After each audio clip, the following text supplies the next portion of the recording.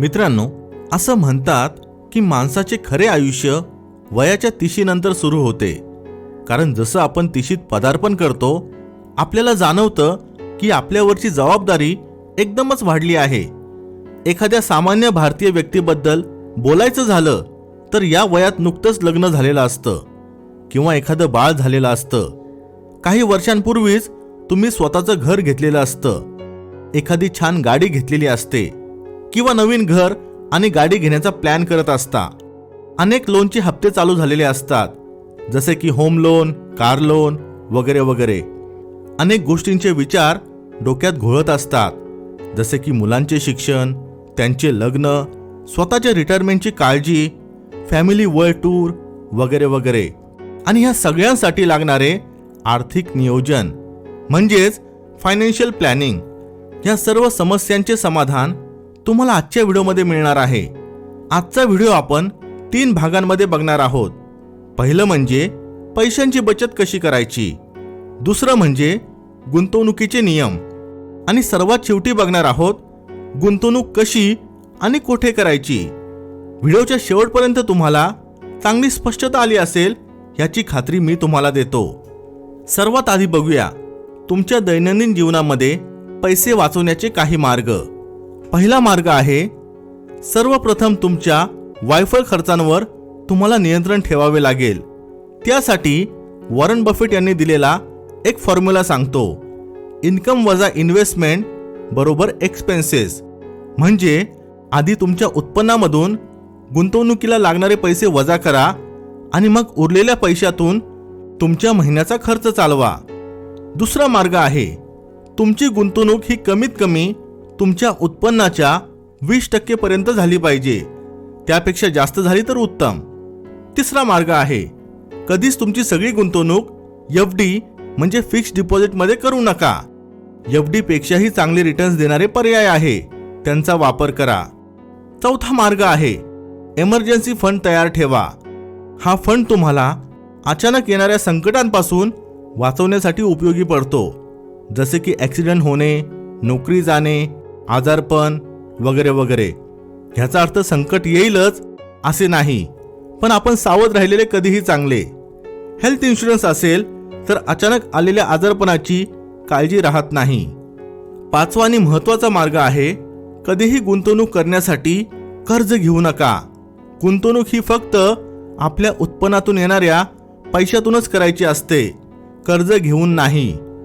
आता आपण गुंतवणुकीचे काही नियम बघूया. पहिला नियम आहे फायनान्शियल डिसिप्लिन, म्हणजेच आर्थिक शिस्त पाळणे. कुठलाही आर्थिक निर्णय घेण्याच्या आधी त्याचा सखोल अभ्यास करून तो तुमच्यासाठी खरंच फायदेशीर आहे की नाही याची खात्री करून घ्या. सामान्य व्यक्तीच्या आयुष्यात आर्थिक निर्णय अनेक प्रकारचे असतात, जसे की खर्च कुठे केला पाहिजे आणि कुठे नाही, कोणते कर्ज घेतले पाहिजे, गुंतवणूक कुठे करायची वगैरे वगैरे. ह्या गोष्टी करताना योग्य काळजी घेऊन निर्णय घ्या. दुसरा नियम, आधी केलेल्या फायनान्शियल मिस्टेक्स म्हणजेच आर्थिक चुका सुधारणे. आपण जेव्हा 30च्या आत असतो तेव्हा अनेक लोकांना आर्थिक ज्ञान नसते, त्यामुळे या वयात आपण अनेक आर्थिक चुका करतो, जसे की गरज नसलेल्या महागड्या वस्तू विकत घेणे, जास्त व्याजदर असलेले कर्ज घेणे, कमी रिटर्न्स असलेल्या ठिकाणी गुंतवणूक करणे. पण आधी केलेल्या चुका परत करू नका. आर्थिक ज्ञान मिळून ह्या सर्व चुका सुधारण्याचा प्रयत्न करा. ह्यासाठी तुम्हाला आपले पैशांसंदर्भात सर्व व्हिडिओज उपयोगी पडतील. व्हिडिओजची प्लेलिस्ट डिस्क्रिप्शनमध्ये दिली आहे. तिसरा नियम, इन्व्हेस्टमेंट आणि इन्शुरन्स ह्या दोन्ही वेगवेगळ्या गोष्टी आहेत, हे समजून घ्या. मित्रांनो, आधी इन्शुरन्स म्हणजे काय ते आपण समजून घेऊया. भविष्य काळात होणाऱ्या नुकसानीची शक्यता गृहीत धरून ती कमी करण्याचा उपाय म्हणजे विमा किंवा इन्शुरन्स असा होतो. जसे की हेल्थ इन्शुरन्स तुमच्या हॉस्पिटलमधील खर्चाचा भार कमी करते, किंवा टर्म इन्शुरन्स तुमच्या नंतर तुमच्या परिवाराला आर्थिक आधार देते. अनेक लोक हेल्थ इन्शुरन्स, टर्म इन्शुरन्स असताना सुद्धा बाकीच्या इन्शुरन्स पॉलिसीज काढतात. लक्षात घ्या मित्रांनो की हेल्थ इन्शुरन्स आणि टर्म इन्शुरन्स असताना जर गुंतवणूक म्हणून तुम्ही इन्शुरन्स घेत असाल तर बाजारामध्ये इन्शुरन्स पॉलिसीपेक्षा चांगले रिटर्न्स देणारे अनेक पर्याय उपलब्ध आहे, जसे की म्युच्युअल फंड्स. तुम्हाला म्युच्युअल फंड बद्दल सविस्तरपणे जाणून घ्यायचे असेल तर आमचा हा व्हिडिओ बघा. कुठल्याही इन्शुरन्स पॉलिसीच्या तुलनेत म्युच्युअल फंडचे रिटर्न्स चांगले मिळतात हे आकडे सांगतात. आता आपण बघूया तिशीतील लोकांनी गुंतवणूक कशी केली पाहिजे. पहिला नियम, रिस्क आणि रिटर्न चेक करा.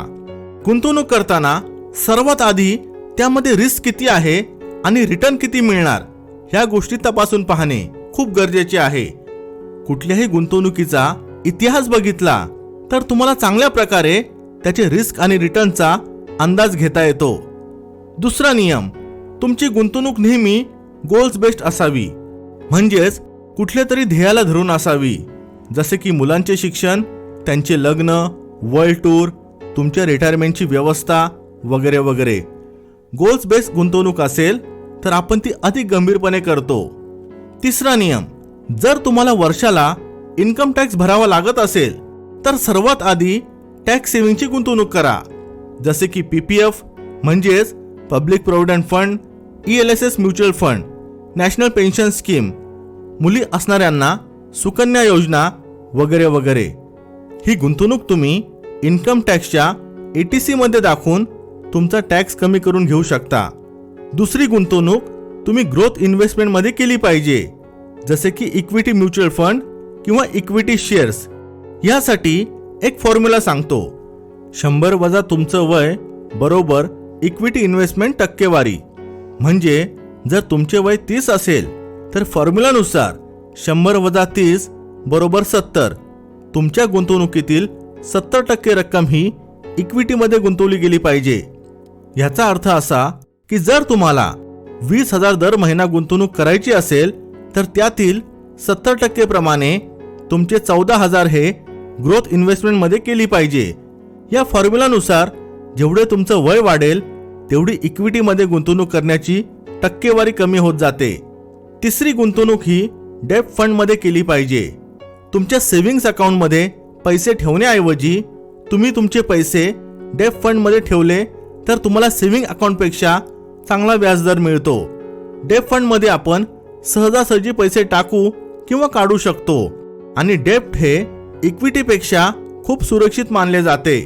तुमच्या गुंतवणुकीच्या 20% रक्कम तुम्ही डेप्ट फंडमध्ये ठेवली पाहिजे. आणि चौथी गुंतवणूक ही गोल्ड म्हणजे सोन्यामध्ये असावी. गेल्या अनेक वर्षाचा इतिहास पाहिला तर गोल्डमधील गुंतवणुकीने लॉंग टर्ममध्ये चांगला प्रॉफिट दिला आहे. तुमची 5 ते 10% गुंतवणूक ही गोल्डमध्ये झाली पाहिजे. चौथा नियम, डायव्हर्सिफाईड इन्व्हेस्टमेंट करा. म्हणजेच कुठल्याही एका ठिकाणी सर्व गुंतवणूक करू नका, वेगवेगळ्या ठिकाणी गुंतवणूक करा. असे केल्याने तुमचे नुकसान होण्याची शक्यता कमी असते. आशा आहे मित्रांनो की फक्त तिशीतल्या नाही तर इतर लोकांना सुद्धा आपले उत्पन्न कसे आणि कुठे गुंतवायचे याच्याबद्दल चित्र स्पष्ट झाले असेल. तुम्हाला अजून कोणत्या विषयावर व्हिडिओ पाहायला आवडेल मला कमेंटमध्ये सांगा.